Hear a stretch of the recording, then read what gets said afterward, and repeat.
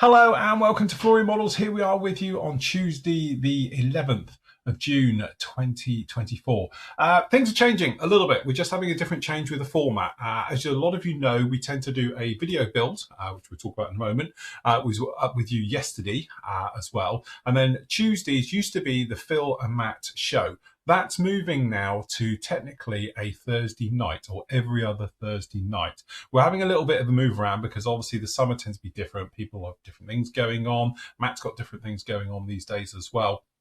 So it enables me to bring back technically what was Tool Tuesday back in the day. So if you go back about 5 years, we always used to have Tool Tuesday where I would get a new tool or even an old tool or something else before and explain about how I use it and the reasons I like it or even dislike it in a lot of cases as well. Also, I've reached out this last couple of days to a few of my friends in the industry, shall we say, and then I've got some nice kit reviews being sent to me. So in theory, I know I always buy kits, but these are good ones. The ones which I have sent to me, they're the good ones anyway. So anyway, I've got a couple of friends that have sent me some manufacturers, some kits. So we've got some new kits coming down the line as well. The latest releases, which is something I don't normally do because, not being funny, the YouTube lot will do that. You can watch all the videos from them.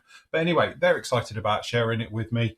I'm excited to share it with you. So it's just going to roll downhill a little bit quicker than it used to do. Because as I say, you used to get the reviews in and things like that. Obviously, when PM Models got them in, sometimes that can take a little bit of time, but we're going direct to the manufacturers. We're getting some kits in with you as well. So watch this space over the next week. Might even start next week. We're going to be doing the latest kit reviews. We'll be with you as soon as they come out or as soon as they come to me. But hopefully, because they're coming directly from the factory these days, it might cut out a little bit of the, 6 months in a lot of cases, wait until I can actually get hold of the kit to be able to review it. So really excited about that. But as I said, things are changing. It's just a little bit of a format change. So Mondays, you'll always get a video build. So for members anyway. So as you'll know, as we'll speak about in a moment, you had the final part of the Apache went up with you yesterday. Thank you so much for all the kind feedback on that particular one. It's been a real labor of love. And obviously you guys have picked up on that and we'll show you that one in a moment. So obviously we've been working on with that. Tuesdays is going to come back to me. So obviously it is a recording and I'll edit it and do all the bits and pieces so it flows a little bit nicer. So that will be up with you on Tuesdays now. And then Wednesdays, obviously it'll be a members vlog. And then what we're going to do on Thursdays, we're going to sort of rotate it. So as a lot of you know, we tend to do a members live show in the evening. That's on a Thursday night at 7:30. On the opposite week to that, because obviously it's bi-weekly we do those, Matt's going to come on with me in the evening and then we're going to do a show as well. So the Phil and Matt show may be recorded or it may be live. Not quite sure which way we're going to go yet. Depends how early we can get on. But those will make a return as well. So basically on Thursdays for members, you're going to get me and Matt or me and the team. That's how that's going to work. But obviously for non-members, you'll get the Phil and Matt show will be probably going to be a live one on a Thursday night. Just an hour as we do at the moment. The similar formats we used to do. And that's how that will go. And then on Friday, it'll be a full video build of whatever we're working on again. And then obviously between all of this, as we did last weekend, we'll be throwing in live shows and live weekends and Saturday morning builds and all things like that through the summer. Just a little bit of a change because, to be honest, everything goes really quiet. I call it the cliff. We get to May and the viewing figures and everything and the site and releases and everything goes really, really quiet. And then it's into plateaus quite along here. And then we get to usually end of September, beginning of October, and it goes mad again. So what we'll do is just through the summer months, it's just a little bit of a change. And as you know, I've got a couple of big projects on for the actual summer as well. Obviously, I can keep you informed with those as we make our way through. So we've still got plenty of bits and pieces going on throughout this entire system. So anyway, just to bring you up to speed, don't forget, if you do want to go back and watch any of the videos that we did for the live 80th anniversary, you can see those as well. They are up on here. Just click down in here and you can go off and you can watch these as a recording. All right, they're all there. The links are down below and all the rest of it. So you can go through all of those. So obviously we've got the Thursday night one, we've got Saturday morning, Saturday afternoon, Saturday evening. And then obviously we've got, there we go, that's the Thursday one. That's it. So yeah, it goes even further back than I thought, right the way through to obviously when we was on Sunday with that particular one. As I said before, Apache did finish yesterday. So the final reveal photo, as you can see down in there. And obviously we went through the motions of obviously getting it all together then. So he's working on all the last bits going on. So we're getting on the doors, the aerials, all the fine little bits, all the last little bits of titubation and things like that, getting those all installed. And then obviously we've got the missiles all done for it. I broke off all the aerials just over time, because you know what it's like. So we made some new ones out of a little bit of brass rod, little 6mm brass rod, and we fitted those on. We got the lights all installed onto it, and there we go. We are pretty much finished all the way through. And as I say, it was one of those builds. I had a lot of fun with this particular one, going through the motions of it, as you can see. And then, as I say, if you want to have a look through these, you can pop on the site, and then obviously we've got the full pictures of her done just down in here. I will get some better photos. It was just not brilliant for photos, and I was really pushed for time on Monday to get these done. So these are sort of the temporary photos until I can probably get it outside and get it photographed a little bit better. But yes, here she is, all completed, all done. It's still a nightmare to hold, and to be honest, during photos, you know what it's like. You photograph your model. I managed to knock off 2 aerials and 2 grab handles on this side as well through positioning it, picking it up. So it's knowing where to grab it. Spoke about this a lot over the weekend, but I have to say it's probably the finest helicopter kit I've ever built from a fit point of view, and just the way it went together. There is no fit issues with this kit. And I know that's easy for somebody to say does it all the time, but honestly, this is one of those kits. If you ever thought, oh, well, I don't know, it's a 1/35 scale kit, it's big, it's quite an expensive kit, things like that, then honestly, this will not fight you at any point. The instructions, I can vouch for the actual main instructions, are very good. There's a couple of little bits, but I've shown those in the video build anyway. But generally, it's almost a click fit. The way that the actual cockpit tub went in, and then obviously with the actual fuselage halves going together, once you got obviously all the rotor bits in there, no problem at all. It was a good, solid fit. The only thing I actually had said on Friday, a little bit of trouble with the glass between the actual pilot and the gunner. There's a glass screen between them two. Make sure that's pushed all the way down and is in properly, because if not, when you go to put the canopy glass on, it doesn't want to fit. Anyway, when I was doing it, I had a nasty click and I thought I'd cracked the canopy. And obviously, because we had masked both sides of it, I couldn't check. So it's one of those, when we finally did the unveiling of unmasking it all, I was delighted to find out we hadn't cracked it, but obviously something had clicked in properly to enable it to fit. Same thing with the engines as well. They're a gorgeous fit. But with this particular build, we just went through all the motions of all the weathering on this. The build itself is quite straightforward, but we're going through it and fading down. Technically, Hilo Drab is like olive drab. It's a really boring colour. So you need to do something with it. So that's actually what we did with this one. But there we go. She's looking very, very nice now. So I will get some proper photos of it done over the next couple of days, and I'll get some more photos across social media and things like that with it. The other thing as well, we're working all over the weekend. I was working on this, which is this particular kit, which is the lovely Typhoon. Again, it's one of these kits, it's of its day. It's not as detailed perhaps as new ones coming down the line that we're seeing these days, as in there's no real riveting on it and everything else, but it has got beautiful recessed panel lines and it goes together really, really well. One fit issue we have with this one, which we're going through, just make sure you push the wing section. When you get the fuselage halves together, the wing goes underneath and tucks in. Make sure you push it all the way forward. I know some of you built it along with me at the weekend. You were saying about there's a step down here at the back to try and get it in. If it's pushed in properly, there is no gap. There's no overflowing. It's actually, it looks like it's too big. And a lot of you sanded it off to get it in. It's because it's not sitting forward enough. So get it underneath and it sort of pushes up, and then you'll get a noticeable click. And it is a tight fit, but it's a good fit. The only thing I had was a tiny little bit of issue on one side. So we did a plastic hard shim. If you want to see about all of these ones, go back through the live builds, because that's how I was building it all live with you. One little area we spoke about on this one, as you can see, was the old invasion stripes. So there's lots of different ways to do invasion stripes, and I must admit I did it slightly different to everybody else, because in the rush of trying to do these as live shows, I ended up doing the invasion stripes before I actually did the camo work.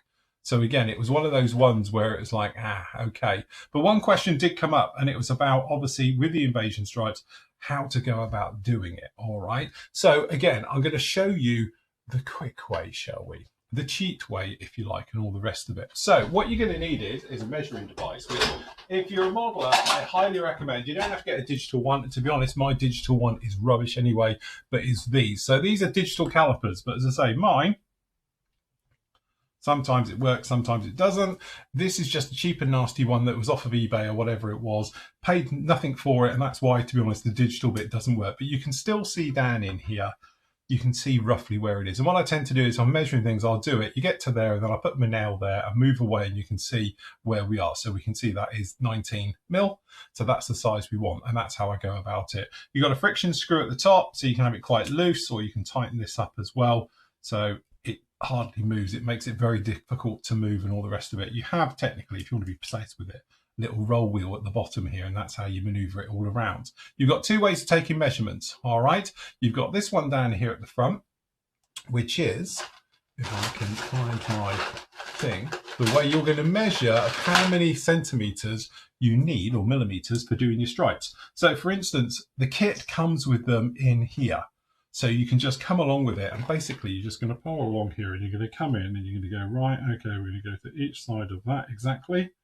All right, we do this thing on here, we move our finger away, and we can see it's just under 10 mil. So it's probably around about 9.5 mil is the actual width that we want here. All right, so we can do it. This is for outside diameters. This one in here is for inside diameters. So you put it in here, and then as you pull it apart, whatever this is, so if you were going for internal diameters of things, you can just come in and you can literally put both little points where it is, and that will tell you what it is as well. All right, so this is inside tubes and things like that. This is the important one you've got. Once you've got that, you can then obviously do a couple of things. And with this particular kit, I had different options. I could have just painted the area white, all right, and then just put black bars all over it. Whereas what I did, I painted the entire area white, and then we masked off the actual white areas, and we did the black in there afterwards. Obviously, you want to be covering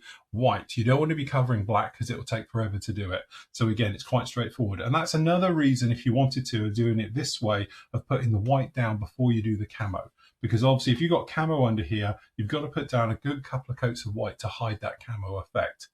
Was it like it on D-Day? That's a whole different story, and I'm not going to go down the lines about having rough edges and stuff like that. My way of thinking with all sort of invasion stripes, doesn't matter if it's Suez or if it's these, is that literally 72nd and 48th, I'll always give it a hard edge mask, you know, and that's how I go again. When you go into 32nd and especially 24th, you can feather it a bit. So by feathering, it means you can actually just, you know, make them look a little bit softer perhaps and not as sharp, perhaps do a little bit of weathering over them. But honestly, on a scale like this, I think it's just as neat. And if you look at them online, although there are references of people putting on invasion stripes with mops and just big slap brushes on and things, and there's some real ropey ones on there, if you look at the majority of the ones, especially post D-Day onwards, they're quite precise. They're actually quite done. They took their time of putting a nice edge on it and things like that. So obviously that's why I do it this way. But it's a whole different discussion. We're not going to go down that one today. But again, it's one of those that, you know, you do it how you want to do it. It's your model. All right. So once you've got this, obviously most of us don't have 9 point whatever it is panel lines, masking tape. Sometimes you could get away and say, oh, we're just going to do it 10 mil. If you're doing a 72nd scale model, you could probably get away with just saying, oh, I'm just going to do it as 6 mil tape. All right, and that width. And you could get away with that because you're being really nitpicky. But let's assume you've got a situation where you need it a little bit smaller. So what you could obviously do is mark out the width you want down on something, perhaps a little bit of paper, and then put tape down each side. One thing I've learned or been using for the last couple of years now is these. So these are cutting boards. And as you can see on this one, it has been really very, very well used. Now mine is an Infiniboard, but obviously I think AK do one. And to be honest with you, we have, and we'll show you these properly in a minute, because this is what I'm going to demo on now, is that Display do a really nice set. So they do an A, which to be honest, so does Infini, they do that one. Then they do this one down in here, which is masking. And again, it's polygonal one. So you can do triangles and squares and you name it. You've got different sizes all down there as well. You've got another one as well, which is type C. All right, so this is great because this is different size ovals. As you can see, you can go bigger or smaller. And this one down in here is really good for masking up. And this is great for those types of things where perhaps you've got access panels, stuff like that. And again, you've got your circle ones down in here as well. And to be honest, the one that we really like and use is this little guy, which is technically the version of this. So this is the Display one, number C. It's ATECD as its code for this one. And I've already looked in here. And you can see it's basically the same as the other ones, but it's a little bit bigger, and you've got some little bit of subtle differences on this. All right, so these mats themselves, they're pretty much identical in a lot of what they do. As you can see from a size thing, it goes from 1mm gaps on here, exactly the same as the Infini, which would be the same as the AK one, right the way up to 0.4, which is this one does down in here as well. And pretty much with the sizing, they run exactly the same. Where it's slightly different though, is that it's dual-sided. Where these are just hard, and don't get me wrong, I like these because you can see on this one it looks a bit gnarly. I do all my photo etch on this because you can see it. It's dead handy for that. But this one over here, you've got a light side and you've got a dark side. It's exactly the same, but obviously it's different ways of doing it depending on how you want to look at it and pick it up. And again, they both are, you've got grooves running all of this, which means you can put your tape on and you can do it just like that. All right, so it's really, really nice. So the way that you can do this then is instead of buying different thicknesses of tapes, and to be honest, we've all got ones, you know, I've got little one, well, I think this is 2mm tape. I've got 1mm tape and all these different ones. Nowadays, I just buy normally, I think, which size is this one? Is this this is the 20, no, this is the 15, 16, 17, 18, 18mm, all right, tape. So what I tend to do is now we just get the 18mm Tamiya tape because it's still my favourite for all of these, and then we just take a strip off, and if we wanted to work it in mils, get this one undone, all we're going to do, right, we're just going to come along, I'm going to place it on the line, and we'll place it on the line, pop it down. All right, so you've just got it down here in like that. I wouldn't recommend using a brand new blade, because what can happen is if you've got a really nice blade, it can ride. So when I say ride is when you cut down with this, it can jump out, and before you know it, you've put in a wrong line in. So I would say, because that's a nice, very sharp blade in there, I tend to use an older blade. All right, so you see it's not a perfectly point on the end of this, but it'll work fine for this. So then you can come along and you can say, right, well, how many mils do you want this one to be? And you can just measure it. And then obviously, if you say you wanted a 10mm line, which will be around about here.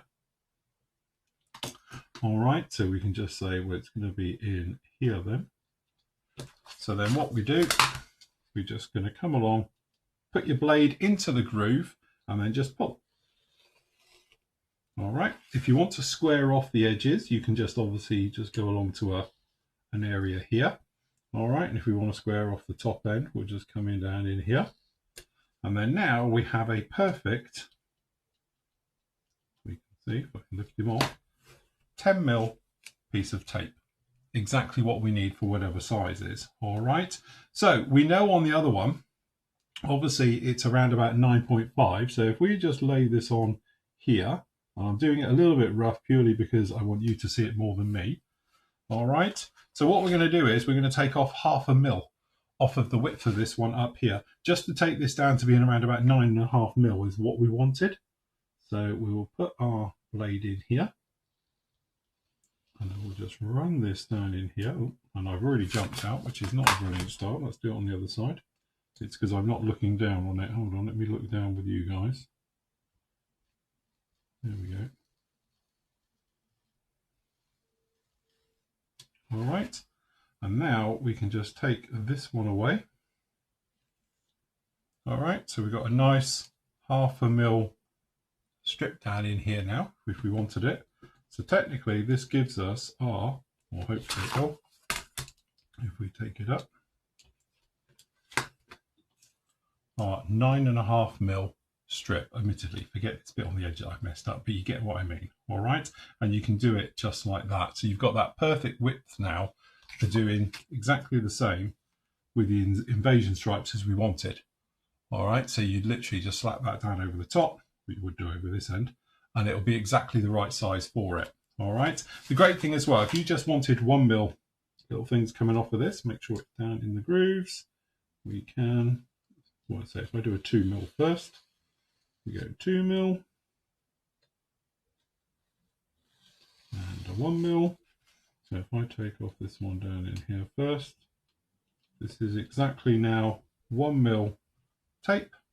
So if you need anything for 1 mil, you've got 1 mil. And again, if you wanted a 2 mil tape, you've got 2mm, just like that. And then if you want to be really, really clever, you can do 0.4mm thickness of tape. If we just come over to here, I'll pop it right over the top a minute.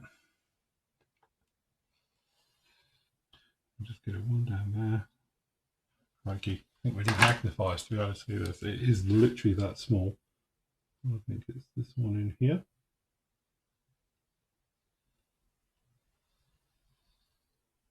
There we go. That's 0.4mm thickness of tape. As well, as you see, you can make really, really fine tape.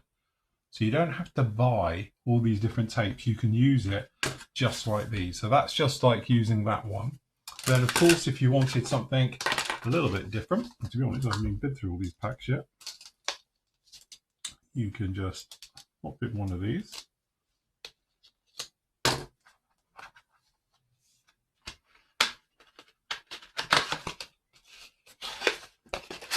All right, so this one here we've got C, but you can probably see we've got the ovals of all different sizes down on here as well. So if we wanted to do a nice oval, let's just grab this right over the top, give it a rub.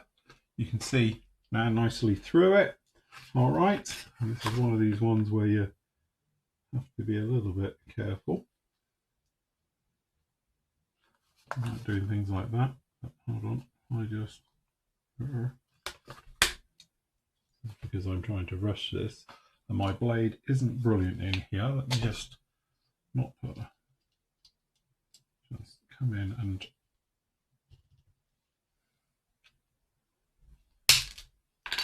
see that one off. That was a good one. It didn't even break on the line. Look, there's an Olaf blade as well. All right, but you can come in here and then hopefully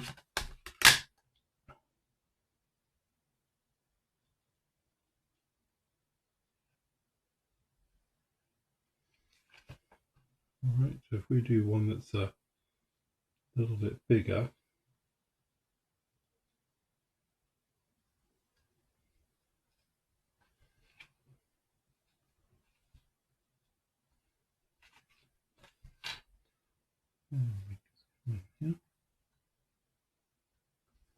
it follows around. And there we go. We can pick up ovals of any size. So you don't have to do just one. You can go to whatever size you want. So if you wanted a longer one, you can use it as a longer one or a smaller one, just like that. I will do. Let's pop this back on here. Let's just try with a sharper blade here, just to see if this does make a difference. I don't like using a sharp blade because of obviously things that it will do. All right, so if we wanted, okay, let's go in this one, pop it in, and if we wanted one about this size,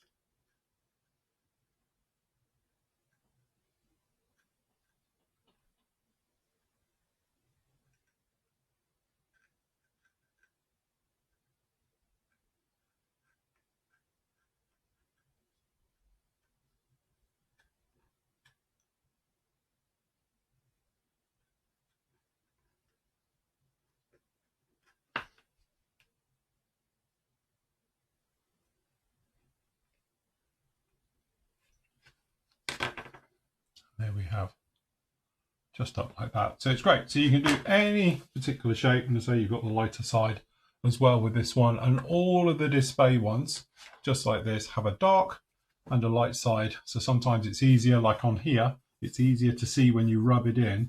Obviously you can see the light side, but on this side, I don't know actually how well it work with the dark showing through. Yeah, to be honest, it's a little bit easier to see it on the dark side than it is the light side. But again, bit of personal choice on that. But it's really nice how they actually come with both of them down in here. Let me just whip these open.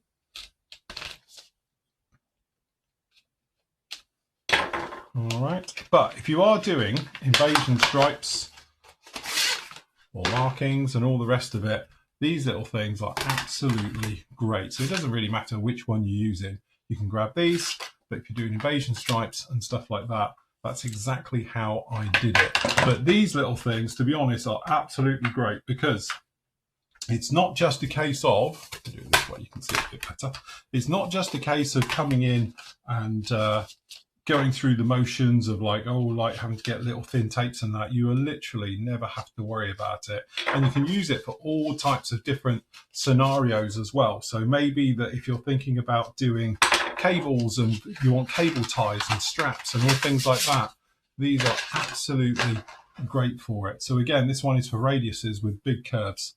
So as you can see, you can come in and you can do small little like squares, but they're on a radius, so that's really nice for it. Go right the way through.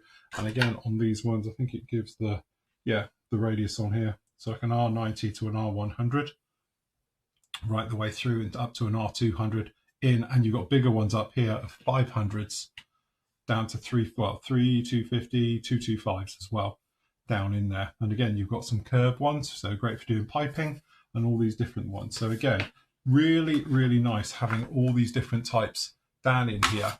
But generally 90% of the time I just use it for doing down here. So for instance, this one I've got in, I've just got some silver tape.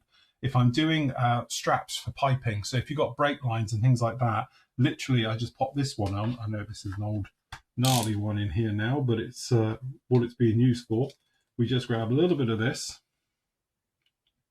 and then when we put the brake lines on, which we might have done in something else, if I can get this off, it's been on here for a very long time. There we go. So you've just got this little bit of guy here. You can wrap it around a gear leg or something else like that to actually look like it's the metal strap as it's coming down. Again, this one's been on here for absolute years, going through. And another one as well, which I've used here, if you're doing missiles, if you get insulation tape, you get the good quality stuff that's a little bit thinner. All right, same thing. You can pop these ones down, and then that way you can just come in and you can peel off just a couple of mil, and these make great bands for missile bands and things like that as well. So again, you've got all these different uses off of what technically is quite a, it's a cheap thing. It's one of these things. I've had this one now, God no, donkey's years, absolute donkey's years. It's getting a bit worn out now because I do use it literally all the time, and it's quite nice that I've got the display ones now because that one's getting a little bit old.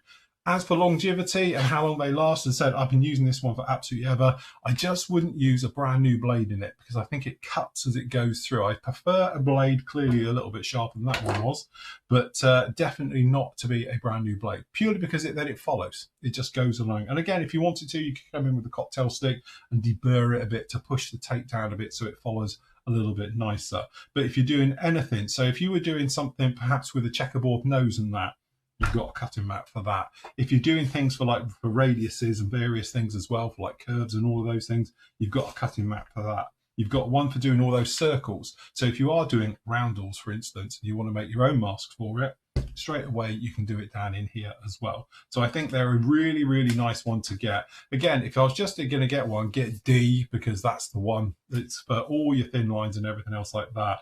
But after that, I do use the circle one all the time. Again, it's things like markings and stuff like that. It's very handy for. But to be honest with you, the display ones are a little bit better than the Infini ones and the AK ones, because it's just a rebrand of the Infini ones, purely because you've got all these other different shape ones as well, which is really nice. So you've got plenty of options out there. But it doesn't matter if you're doing chevrons and various things like that. You can do that with all these cutting mats. It's one of those things that it will sit in your cupboard, and every now and again you'll go, I need it, and you'll get it out and do it. But things like invasion stripes and stuff like that, it's perfect and is exactly how I did it on this one. So if you ever need stripes, if you need thin lines, if you need tape, if you want all these things, just having this, put your tape onto it, put it down and do it, and away you go. Clean up afterwards. As you can see, I'm really messy because I leave the tape on there because I tend to go back and do it. But you can just literally peel it all off, keeps it all nice and clean, and you're set. Get it off, there we go. And you're ready to go again. So really, it is that way. All right. As for those, you can get them, shameless plug I know, at the Braveco model store. So this is bravecomodeling.net is their brand new store. And as you can see, they are down in here as well. So you've got them just down in here. You've got the A, B, C, and D. D is the one we've been using a lot today, but again, if you go for any of those ones, I highly recommend it. So the easiest way is just go along there, click on the display, go to cutting, And there you go. I'll pop a link down below on here so you can see exactly how we go about doing that one. So that'll keep you very much in the loop with it all. So yes, good job.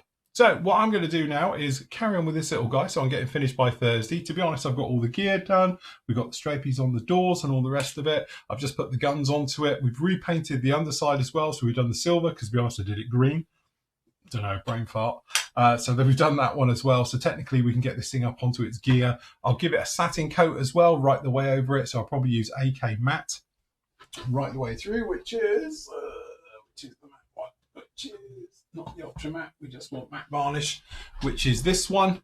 And I'll put down a coat of this right the way over it as well. So that'll give it a nice texture. So when we come along then with the washes, we can put a nice wash coat over it, dark dirt wash in there. And then we come along with a little bit of oils just to liven it up when we get it all together. So that one will be a nice one. We get this one done for Thursday. So when we're back with you, you can see the completed one on there. Remember, if you're taking part with the group builds and things like that, for the actual D-Day one, you've got until technically Friday morning to get them finished. And then what I'll do is I'll go get everybody's finished ones and I'll put them up as well on the Friday show and you can keep up with that one.